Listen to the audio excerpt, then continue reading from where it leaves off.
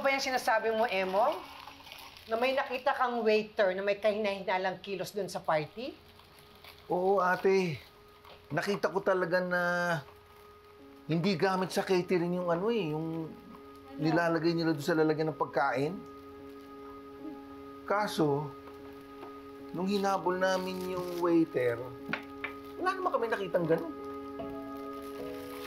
Kung totoo yun, hindi kaya tao ni Patricia yun? Binayaran niya para saktan si Lilet. Kaya na naman po tayo eh. Wala pong kinalaman si Tita Patricia dun sa nangyari. Mabait na nga po yung tao sa akin. Posible din naman na maskara lang yung kabaitan na pinapakita niya sa'yo para makuha yung loob mo. Hindi ba, anak? Siya lang naman yung galit na galit dati sa'yo. Wala pong kasalanan si Tita Patricia. Sure po ako kasi tumulong pa nga siya mag-organize ng party. Yun na nga eh. Siya yung nag-organize ng party. Kaya kayang-kaya niyang magmanipula para magkaroon ng aksidente at ikaw maging biktima. Yan ang wala tayong basihan. Ewan ko ba, Lilet?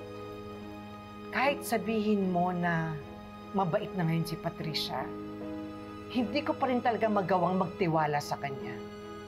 Ay nako, sana nga aksidente talaga yung nangyari.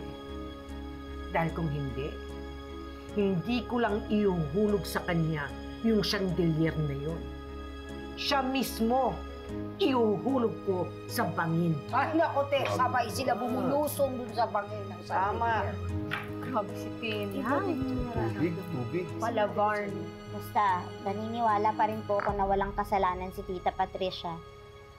Pwedeng masaktan din si Trixie tsaka si tatay dun sa nangyaring aksidente. Gugustuhin ba naman niya yun? Kung meron man po akong pagdududahan, baka si Attorney Alon pa yun. Pero syempre, ayoko naman pong isipin yun. Sana nga, aksidente lang talaga yung nangyari.